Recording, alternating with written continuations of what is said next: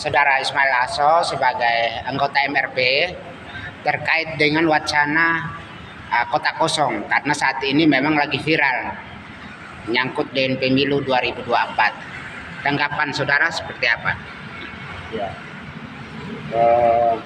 ya ini menjadi keprihatinan kita bersama kalau hal itu menunjukkan matinya demokrasi, tingkat intervensi yang begitu luar biasa, sangat menghegemoni untuk beberapa gelintir pejabat negara, karena kita tahu bahwa Papua itu sangat kaya raya sumber daya alamnya, sehingga munculnya wacana kota kosong ini akan melahirkan tokoh atau seorang pemimpin yang otoritarianisme itu akan muncul, dan itu juga bentuk intervensi yang luar biasa terlalu tinggi terhadap kepentingan bisnis di Papua, sehingga hal ini juga menjadi keprihatinan seluruh tokoh agama di Papua saya lihat. Tapi pernyataan tokoh agama itu juga jangan membuat semacam kekisruan baru, karena apa?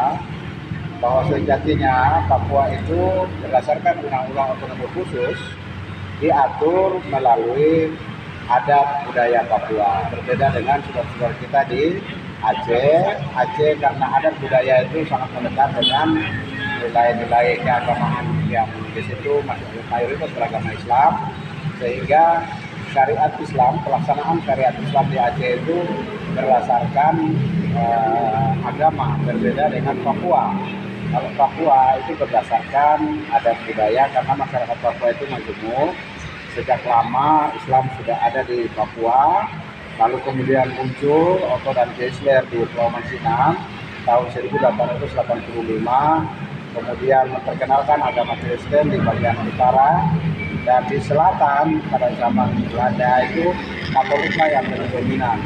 Karena itu Papua tidak akan bisa terjadi gesekan, tokoh-tokoh agama juga untuk menahan diri, tidak membuat statement-statement yang itu akan memperkeruh situasi di bawah, di kalangan bawah, terutama agama ini sangat sensitif, karena itu sangat berbahaya, supaya tidak lagi kemudian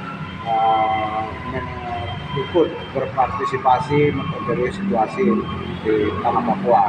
Saya berharap Papua itu ada tokoh-tokoh yang muncul, baik kepada tokoh muda, tokoh intelektual, tokoh mahasiswa, untuk menyuarakan bersama bahwa proses pelaksanaan pemilu di Papua itu secara baik, kondusif, secara aman, damai, proses demokratisasi itu sudah berjalan dengan wajar, karena bagaimanapun juga kita terlalu banyak tantangan, daerah yang miskin, tertinggal, yang tujuan utama pemimpin kita memilih itu adalah membawa kesejahteraan, kedamaian, kemudian kemakmuran, membangun masyarakat Papua, membawa keluar dari kemiskinan, keterbelakangan, ketidakberdayaan. Itu adalah tujuan utama dari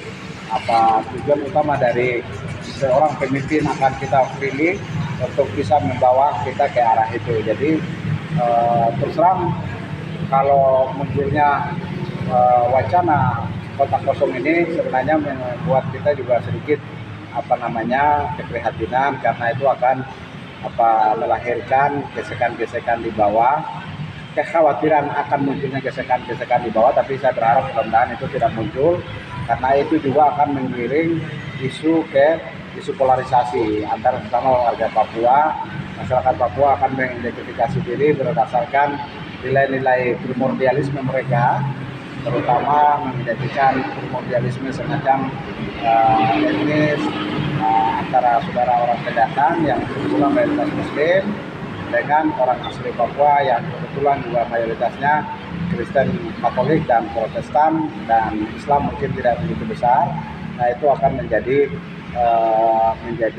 polarisasi. Oleh sebab itu saya berharap seluruh tokoh agama menahan diri, kita membangun Papua secara bersama-sama, bahwa perbedaan itu menjadi hal yang wajar, karena kalau dari sisi Islam ya ayuhan nas inna khalaqnakum min dzakarin wa untha wa ja'alnakum syu'uban wa qabaila lita'arafu inna akramakum 'indallahi atqakum innallaha 'alimun khabir, bahwa sesungguhnya Allah Subhanahu wa taala menciptakan, Tuhan semesta alam menciptakan manusia itu seorang laki-laki dan seorang perempuan, dan Tuhan pula yang menjadikan kita berbangsa-bangsa dan bersuku-suku untuk saling kenal mengenal, bahwa sesungguhnya yang paling mulia di sisi Tuhan adalah orang yang paling dekat, paling taat kepada Tuhan itu sendiri. Oleh sebab itu perbedaan adalah nafsu, perbedaan adalah hukum alamiah, dan kita justru saling kenal mengenal itu karena kita berbeda.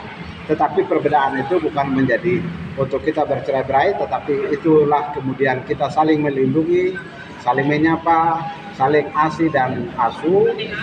Itu yang kemudian tujuan yang Maha Kuasa menciptakan kita menjadi ada yang Muslim, ada yang Kristen Katolik, ada yang Kristen Protestan, ada yang dari pesisir, ada yang saudara-saudara kita kaum muhajirin dari luar yang datang ke Papua menetap hidup menjadi orang Papua.